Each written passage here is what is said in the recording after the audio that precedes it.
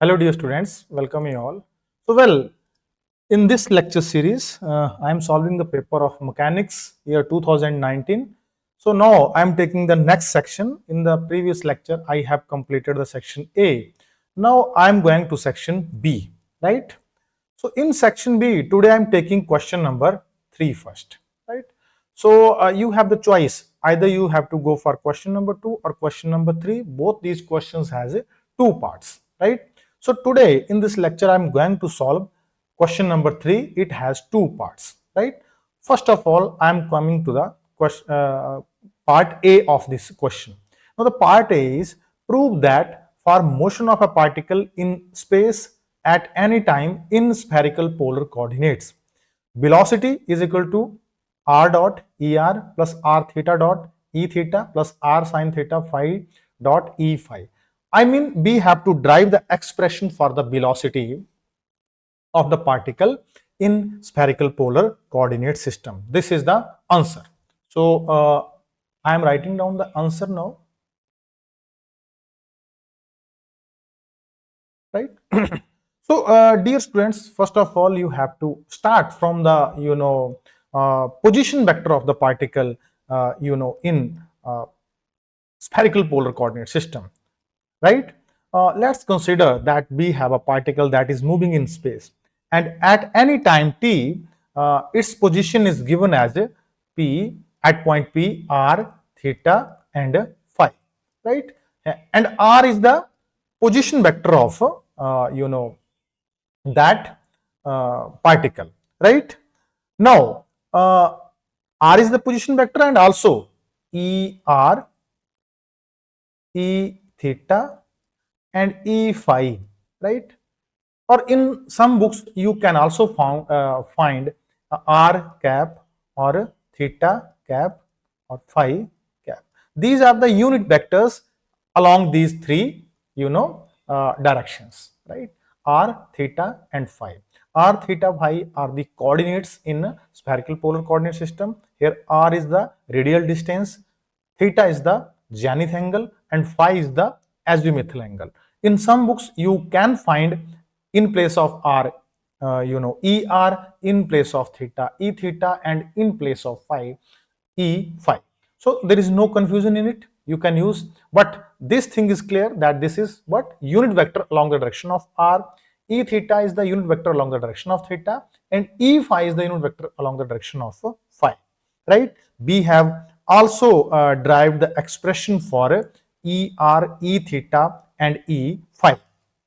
So first of all, I'm recalling those expressions. Er or r cap you can write. It is equal to sine theta cos phi I, right, plus sine theta sine phi j, right, plus cos theta k. This is the unit vector in the direction of r. Now e theta, unit vector in the direction of theta, that will be equal to cos theta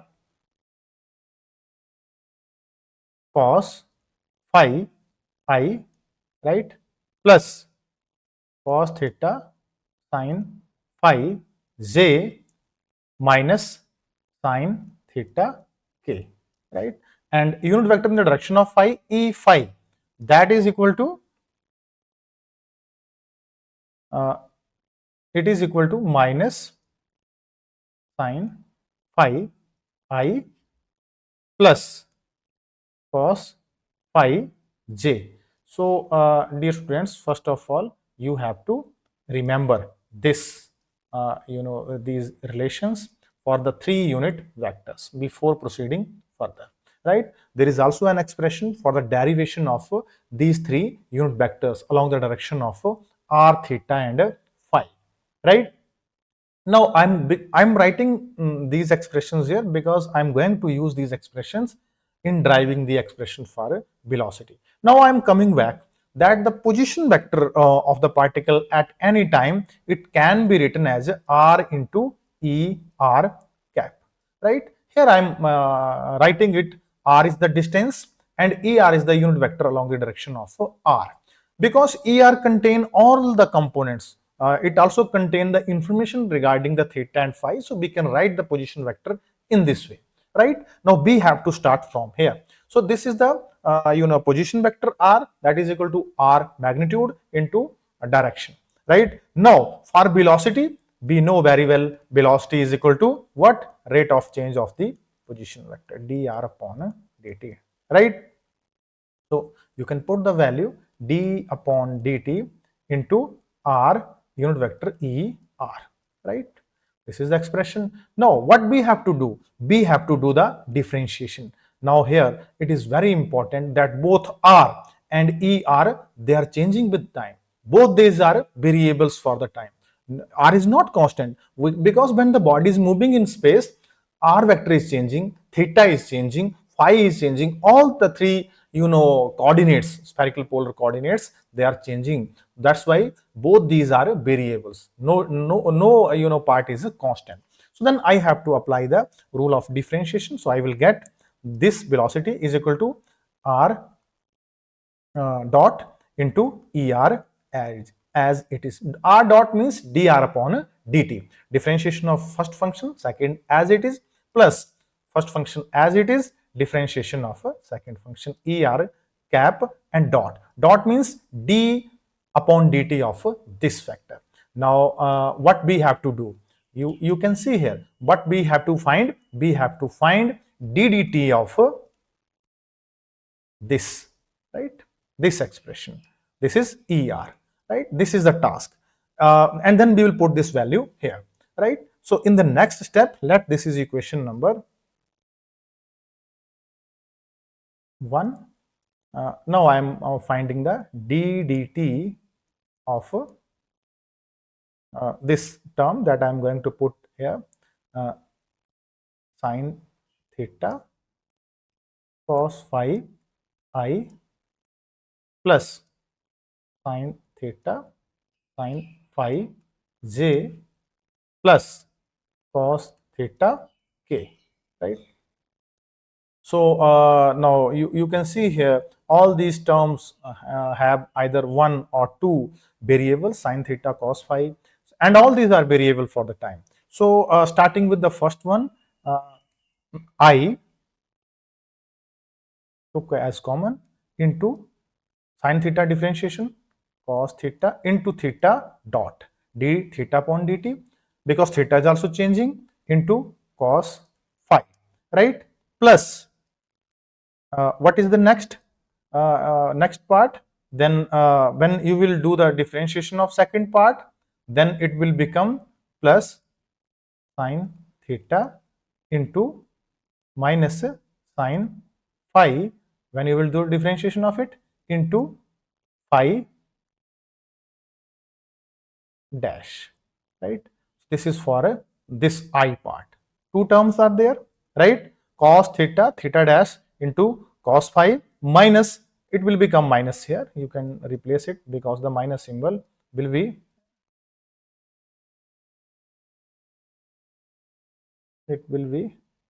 let's take the eraser. It will become minus. So minus is taken away from here, right? You can, now it becomes minus sine theta sine phi into phi dash, right? So this is the first term.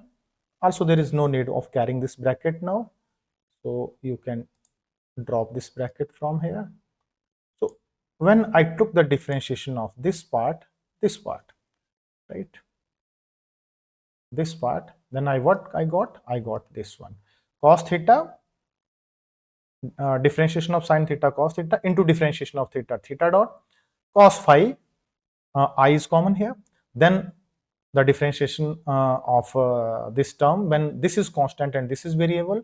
So sine theta as it is, cos phi minus sine phi into phi dot, right? Similarly, the second term plus j common, sine theta becomes cos theta into theta dash into sine phi, right? Plus sine theta into cos phi into phi dash. Now the same thing is there, but now here it is sine phi, so there is no negative sign, right? This is the second term, and for the third term I will have a cos theta means minus k sine theta and into theta dot. So this is the differentiation of the third term, right? So now I got the differentiation of these terms. So in the next step, what I am going to do, I am taking the terms common which have some a common term.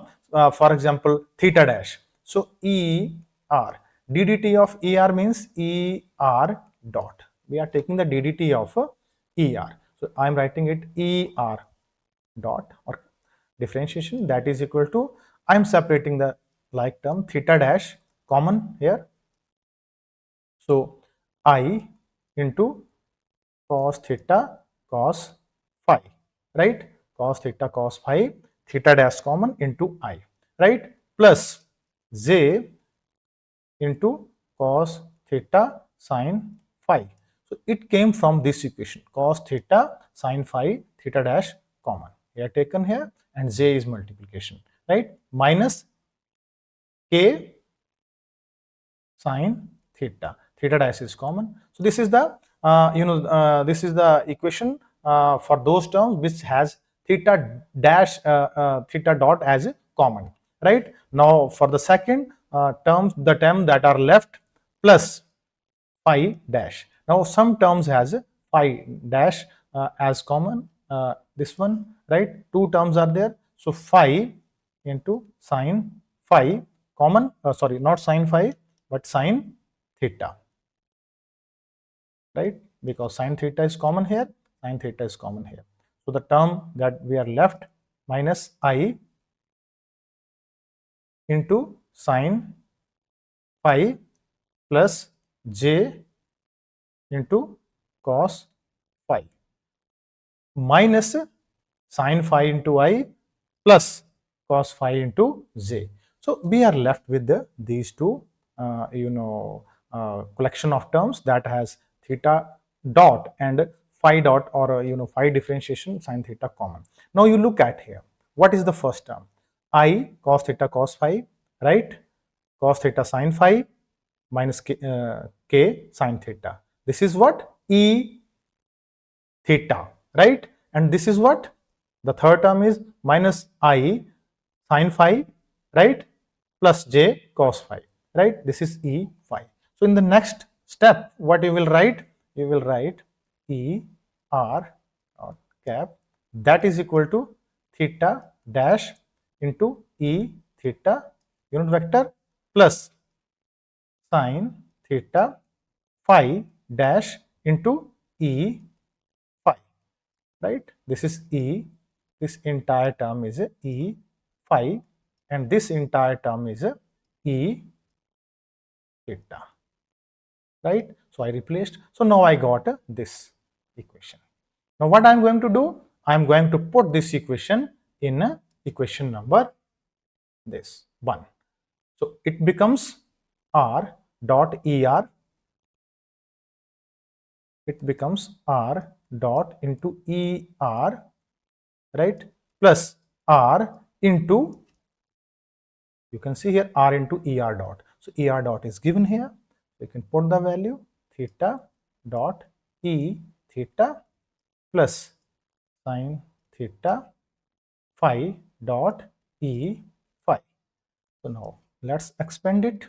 So I got R dot ER plus R theta dot E theta plus R sine theta phi dot E phi. This is the expression that I got that you have been asked. Now, what is it? You can see here it is uh, I have written here velocity, right? So what I did, I took the differentiation of this basic equation, position vector r is equal to r magnitude into unit vector r in the direction of r, because if let me draw the coordinates. Are you understanding?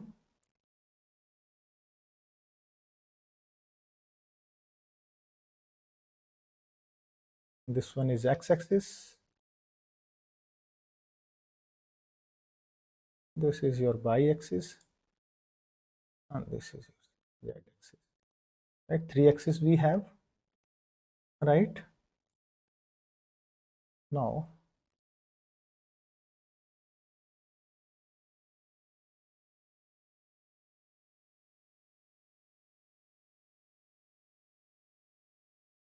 x, y, and z.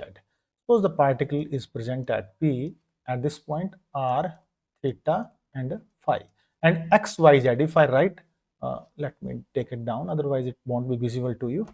X, y, and z. These are the Cartesian coordinates, and these are the spherical polar coordinates. So, spherical polar coordinates, r means radial distance from here to here, right? And let me take the projection on this plane, this one. So if this is r, sorry,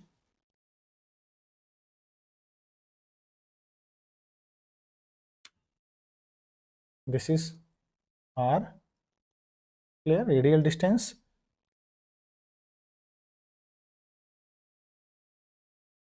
this is angle theta, and this is angle phi, right? So these are the three coordinates.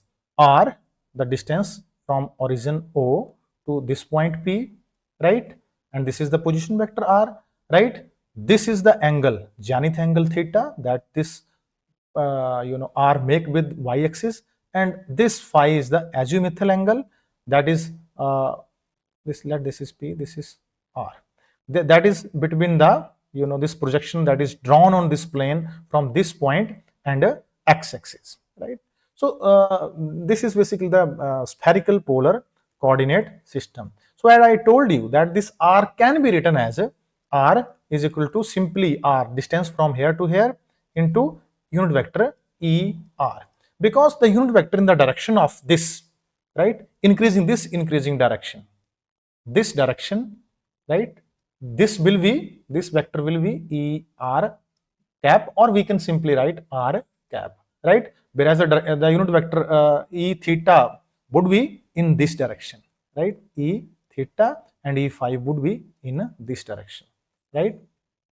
So by taking the help of this equation, I have once again I'm showing you this diagram. This is spherical polar coordinate system. It is very important, right? First of all, you have to understand the spherical polar coordinate system, right? Then after writing down the equations for the unit vectors e, r, e, theta, e, phi, and then starting from here, I arrived at this point. Velocity is equal to r dot means dr upon dt into er plus r theta dot e theta plus r sin theta phi dot e phi. We can check here, r dot er r theta dot e theta plus r sin theta phi dot e phi. So we are asked to find this expression, right? So we have found. So this is the answer to this question, right? Now in this question I can tell you further that this component, right, it is the radial component of this is the radial component, right, because it is dependent on a er. So we call it as a radial component of velocity. This is called a zenith component, e theta, zenith component, and this is a azimuthal component, azimuthal component. I can say that it is br, it is b theta, right, and it is a b phi component. This is the answer to this question, right? So in some cases, examiner can ask you the expression for the acceleration, right? Mostly it is asked, and it is asked usually a question of 6 to 7 or even 8 marks, right? So you have to proceed from this point in that case, right? Well, now I am coming to the section B of this question number 3, and not section B, sorry, the part B of this question number 3, right? And the question is, what is rotational invariance of space so that it leads to law of conservation of angular momentum, right? We know very well that this question is from the chapter symmetry properties of space and time. So if I talk about the space properties, we know very well that what are the properties of space, like it is three-dimensional, it is flat, right? It is homogeneous, right? It is isotropic, right? It has the reflection property also. So these different symmetry properties of the space and time, particularly homogeneity and isotropy, they leads to some conservation laws. Like homogeneity of space leads to law of conservation of a linear momentum, right? L P, right? This homogeneity of space, what I am saying, it leads to law of conservation of a linear momentum, right? And the isotropy of free space, right, it leads to law of conservation of angular momentum, right, L.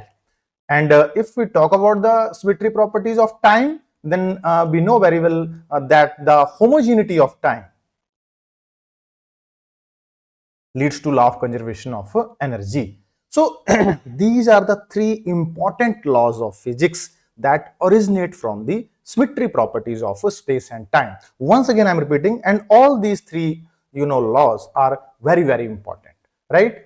And three articles are in fact very important in this chapter. That the first one is homogeneity of space leads to law of conservation of linear momentum. Second is isotropy of space leads to law of conservation of angular momentum, and the homogeneity of time leads to law of conservation of energy, right? Now here the examiner is asking you what is rotational invariance of space. So rotational invariance of space means, first of all, I want to tell answer the first part of this question. Rotational invariance means the space is equally likely in all the directions, right? For example, let me explain it, demonstrate you. Suppose I have let these two directions, these are the two directions you can see here. One is upward and second is this direction, one is upward direction. Suppose we have one more direction in this side also, right? So if you go toward this side in space, you go toward this side in space, or you go toward any other direction in the space would be equally likely. This is the meaning of the rotational invariance. Or suppose I am doing an experiment here, right, in this direction. Then I rotate this direction in this way, and now I am doing this experiment in this direction, right? So rotational invariance means that experiment will give me the same results, whether I am doing this experiment in this direction or in this direction or in this direction or in this direction, whatever direction is there, all the directions of the space are equally likely. They are like, right? There is no preference. So this is the meaning of rotational invariance of space, right? I am hopeful that this concept is clear. So first of all, we have to understand that what is the meaning of rotational invariance, right? Once again, I'm repeating that if suppose we are doing an experiment of the physics, right, and we are taking the direction along, let me give you an example. We are taking the direction that is along the toward the south side, right? Then we repeat that experiment in that direction which is toward north, right? Then we again repeated that experiment in the direction of southeast. So in whatever direction you are going to perform experiment, right, the experiment would have to give you the same result, because the no direction of the space is preferable, right? All the directions are equally likely. This is the meaning of a rotational invariance of space, right? There is no preferred direction, right? So according to it, rotational invariance, suppose we have two particles, I have shown you here in this diagram, which are interacting under their on we can say if they are interacting around the gravitational interaction, right? This is the coordinate axis, x-axis, this is y-axis, and this is a z-axis. This is origin, this is particle 1, this is particle 2, right? Particle 1 have position vector r1, and this has position vector r2. that these two particles are interacting with each other, right? They are influencing force on each other, right? So definitely they would have some potential energy, right? Now, if I rotate this, system about the origin, now let this system is shifted. Right now, this system is here, right? Right now, this system is here, right? Let now this entire system is shifted here, right? Or it is shifted here, right? And again, we are observing that interaction. Then rotational invariance means we should get the same amount of potential energy, right? The potential energy of the system should not change, because potential energy is arising because of the interaction, and the direction has nothing to do with. This is the meaning of rotational invariance, right? So if the potential energy is going to remain constant, it means this entire system will act in such a way that no external torque act on the system, or we can say the net torque on this entire system should be equal to T tau net. Net torque should be equal to 0. What is the meaning of it? Net torque is equal to 0 on the system means there is no torque on the system, and that is taking the system to a preferred direction. Otherwise, if the net torque is not equal to 0, then the system would want to go in a particular direction, preferred direction, because torque means rotational effect of the force. So net torque is equal to 0 means there is no preferred direction. So this is the meaning of this entire discussion. If we consider that the system is isotropic, right? Isotropic means it is equally likely in all the directions, right? There is no preference, right? This is rotational invariance. So in that case, if we have a system that is having its interaction with itself, with the particles of the system, then the net potential energy of the system should always remain constant, and the net torque on the system should always be equal to 0, always, right? There is no rotational effect on the system, right? So this is the meaning of rotational invariance. Now to prove this part that the it leads to law of conservation of angular momentum, right? What is the law of conservation of angular momentum? First of all, angular momentum, this represented as law of conservation of angular momentum, states that the total angular momentum of the system is always equal to constant, right? When no external torque, right? When the net external torque, right, T net is equal to 0, right?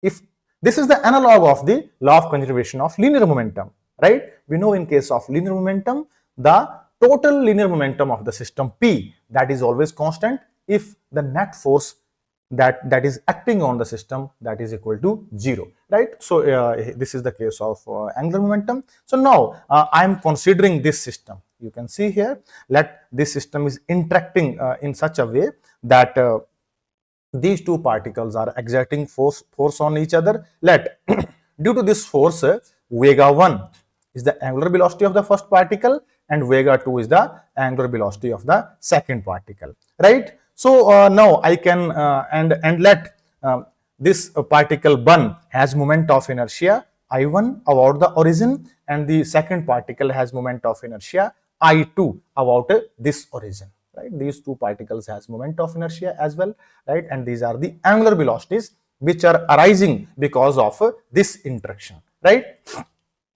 Now the torque that is acting on system 1, I can write it tau 1 is equal to I1 into d omega 1 upon dt. This is the expression that we have learned in the 11th class, because we know tau is equal to I into alpha.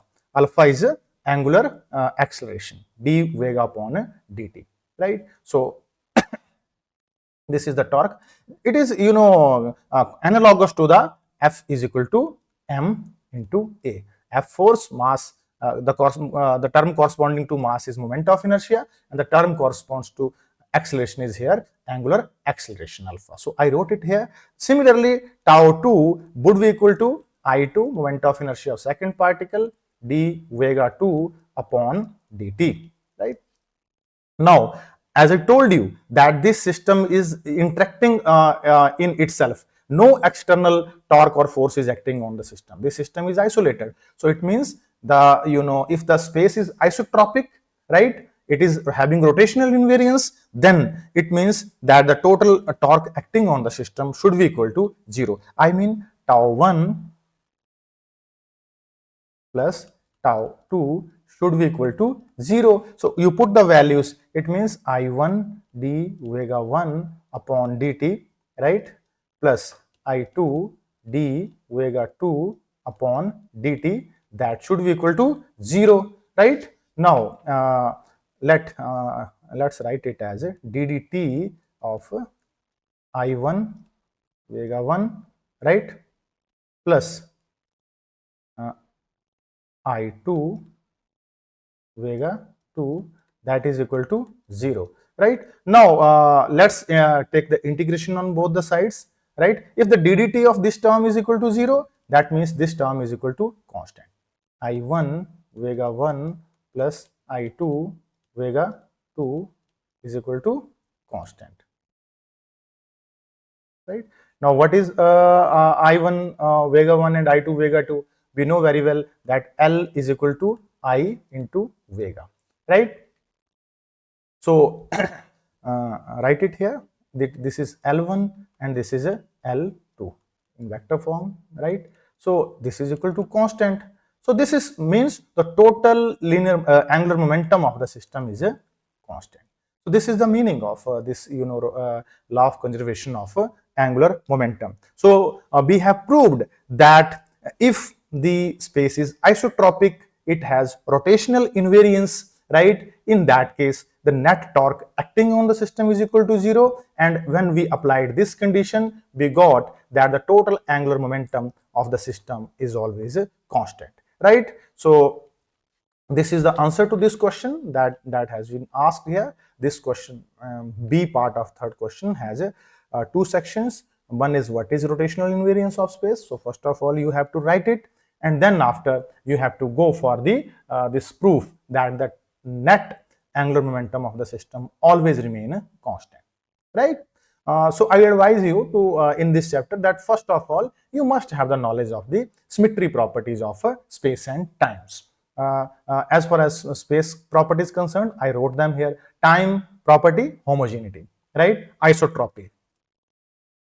Time is isotropic, one dimensional, right. These are some properties of time, right. And you have to learn about the three conservation laws that originate from the three symmetry properties of space and time. Two originate from the properties of space and one originate from the property of time, right. So this is all about it. I'm hopeful that this discussion clears your knowledge about the rotational invariance and law of conservation of angular momentum, right. Now this section, question 3 of section B is complete. In next lecture I will go for question 2, right. So thank you very much.